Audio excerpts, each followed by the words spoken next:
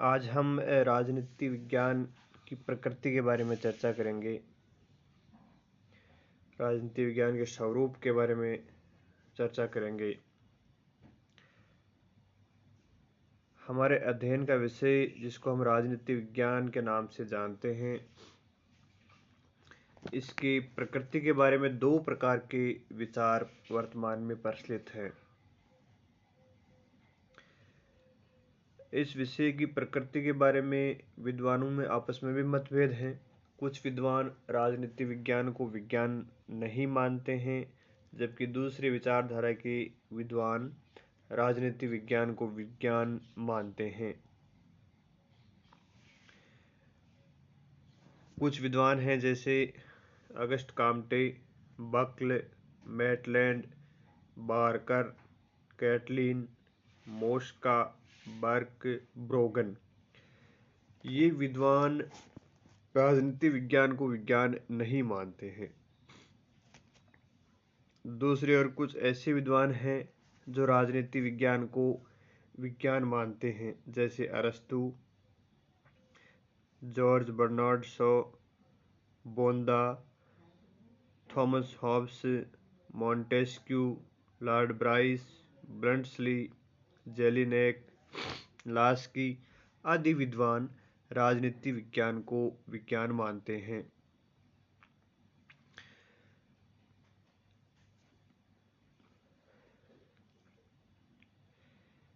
राजनीति विज्ञान को विज्ञान नहीं मानने के संबंध में इन विद्वानों ने जो तर्क दिए हैं, आइए हम उन पर चर्चा करते हैं।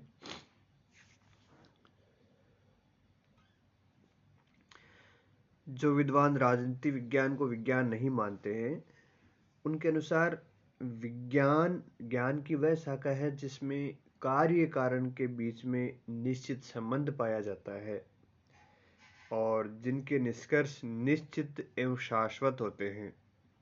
और विज्ञान की इसी परिभाषा के अनुसार इन विद्वानों ने राजनीति विज्ञान को विज्ञान के रूप में स्वीकार नहीं किया है, क्योंकि इन विद्वानों का मानना है कि राजनीति विज्ञान विज्ञान नहीं है। इसके लिए उन्होंने निम्नलिखित तर्क दिए हैं, जिसमें पहला है सर्वमान्य सिद्धांतों का अभाव। राजनीति विज्ञान को विज्ञान नहीं मानने के संबंध में सबसे बड़ी बाधा है, इसमें सर्वमान्य सिद्धांतों का अभाव है। राजनीति विज्ञान के प्रमुख सिद्धांतों के विषयों में विद्वानों की एक राय नहीं है, एक प्रकार के मत नहीं है।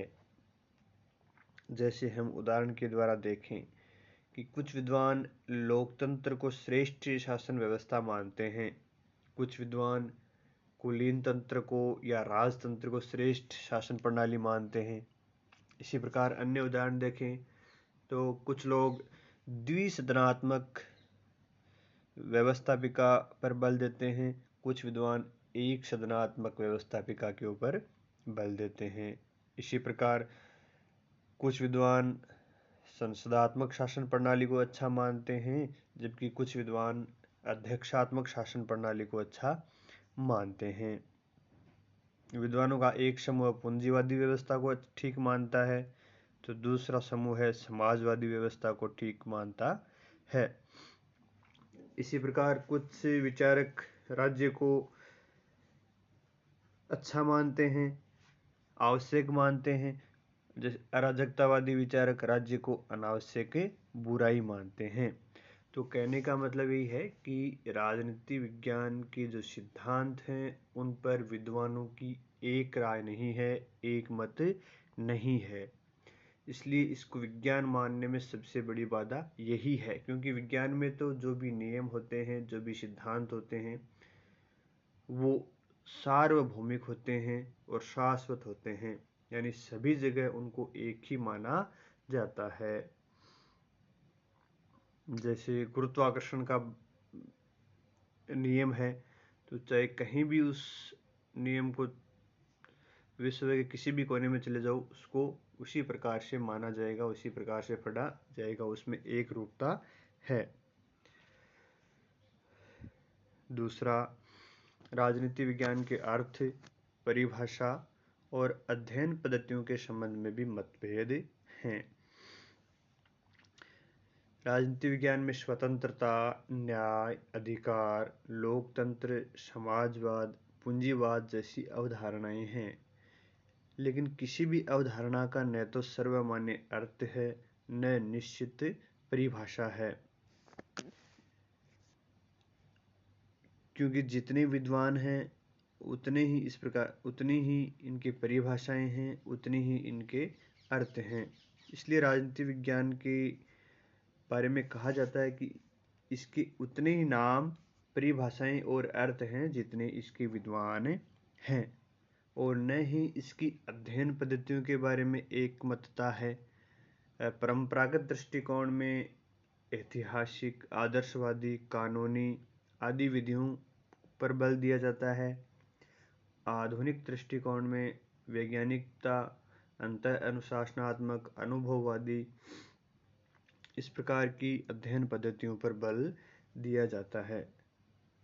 तो राजनीति विज्ञान को विज्ञान मानने की मार्ग में सबसे बड़ी बाधाएं इसके अर्थ, परिभाषा और अध्ययन पद्धतियों में विभिन्नता प्रमुख है।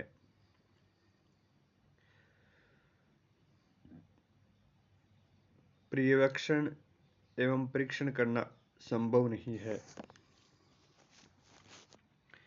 राजनीति विज्ञान में प्रयोग और परीक्षण संभव नहीं है।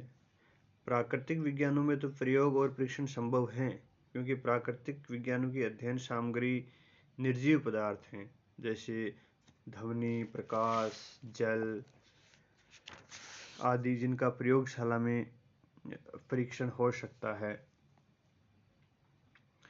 लेकिन राजनीति विज्ञान में ऐसे परीक्षण नहीं किए जा सकते, क्योंकि राजनीति विज्ञान की जो अध्ययन का मुख्य बिंदु वो समाज है, और इसकी विषय वस्तु सजीव यानी मनुष्य है, और मनुष्य का व्यवहार हर क्षण, हर परिस्थिति में परिवर्तनशील रहता है। जैसे अपन देखें, जैसे लोकतंत्र किसी एक राज्य में सफल है, लेकिन वही शासन प्रणाली यानी लोकतंत्र दूसरे राज्य में असफल है। जैसे भारत और पाकिस्तान की हम बात करें तो दोनों देश एक साथ ही स्वतंत्र हुए। भारत में लोकतंत्र आराम से चल रहा है, आसानी से सरकारें बनती हैं, दूसरी सरकारें बनती हैं, चुनाव होते हैं। लेकिन पाकिस्तान में देखें, वहाँ पे कभी सेना का अधिकार हो जाता है, लोकतंत्र वहाँ सुचारू ढंग से नहीं चलता है। यानी एक ही प्रकार की शासन प्रणाली अलग अलग तरीके से व्यवहार में काम करती है। फिर चौथा देखिए, राजनीतिक घटनाओं का मापन संभव नहीं है। राजनीति विज्ञान को विज्ञान मानने के मार्ग में यह भी एक बड़ी बाधा है,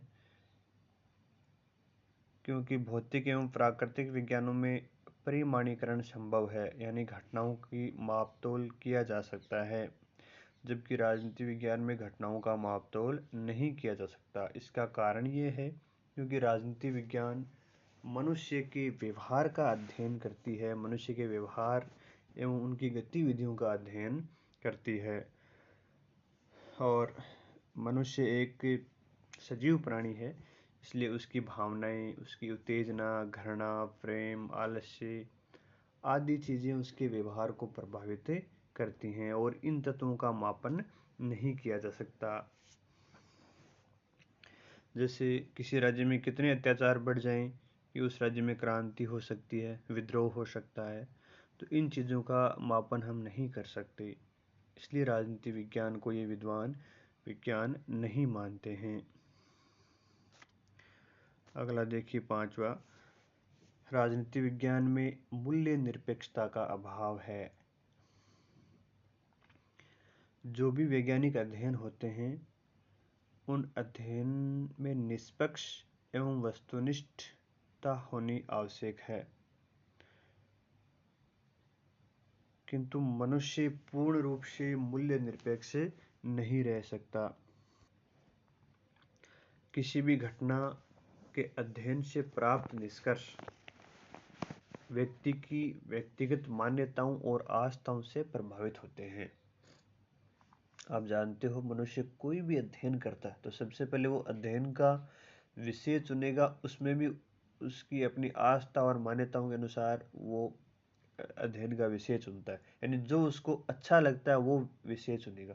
तो कहने का मतलब है, कोई भी अध्ययन करेगा या उससे कोई निष्कर्ष निकलेगा मनुष्य, तो उसमें उसकी खुद की जो मान्यताएं हैं, खुद की आस्थाएं हैं, वो भी इसमें शामिल हो जाएंगी। यानी जो भी अध्ययन है वो पूर्ण रूप से मूल्य निरपेक्ष नहीं होगा, और इस कारण जो निष्कर्ष प्राप्त होंगे वो भी निष्पक्ष नहीं हो सकते। और राजनीति विज्ञान में मूल्य निरपेक्षता नहीं होने के कारण इसे विज्ञान नहीं माना जा सकता। फिर अगला देखिए, कार्य कारण संबंधों को निश्चित करना कठिन है। विज्ञान का प्रमुख लक्षण है कि इसमें कार्य कारण संबंध स्थापित किए जा सकते हैं, अर्थात कोई भी घटना होती है उसका निश्चित कारण होता है। लेकिन राजनीति विज्ञान में ऐसा नहीं है। राजनीति विज्ञान कल्पना, अनुमान एवं संभावना पर कार्य करती है। अतः राजनीति विज्ञान में प्रत्यक्षतः कार्य कारण स्थापित नहीं किए जा सकते। जैसे क्रांति के बारे में, जैसे 1917 की सोवियत क्रांति थी, अब उसका मुख्यतः क्या कारण था, इस बारे में हम अनुमान ही लगा सकते हैं, प्रत्यक्ष रूप से संबंध स्थापित नहीं कर सकते। तो कहने का मतलब है, राजनीतिक क्षेत्र में जो भी घटनाएं होती हैं वो अनेक कारणों का परिणाम होती हैं। तो हम उसमें ये निश्चित रूप से नहीं कह सकते कि इस कारण के कारण ये राजनीतिक घटना हुई है, अर्थात कार्य कारण निश्चित नहीं किया जा सकता राजनीति विज्ञान में, इसलिए विद्वान इसको राज विज्ञान नहीं मानते हैं। फिर अगला देखिए, 7वां, राजनीति विज्ञान में भविष्यवाणी की क्षमता का अभाव होता है। विज्ञान में हम देखते हैं, प्राकृतिक विज्ञानों में मौसम वैज्ञानिक बारिश की भविष्यवाणी कर देते हैं, सर्दी गर्मी इनकी भविष्यवाणी कर देते हैं, सूर्य ग्रहण चंद्र ग्रहण इनकी भविष्यवाणी तथ्यों और घटनाओं के आधार पर कर देते हैं। लेकिन राजनीति विज्ञान में कौन से चुनाव में कौन सा दल कितनी सीटें लाएगा, कितने प्रतिशत वोट प्राप्त करेगा, कौन सी सरकार बनेगी, कब सरकार गिरेगी, युद्ध का परिणाम क्या होगा, इन चीज़ों के बारे में कोई भविष्यवाणी नहीं की जा सकती। तो इसलिए हम कह सकते हैं कि राजनीति विज्ञान में भविष्यवाणी की क्षमता नहीं होती है, इसलिए इसको विज्ञान नहीं माना जा सकता।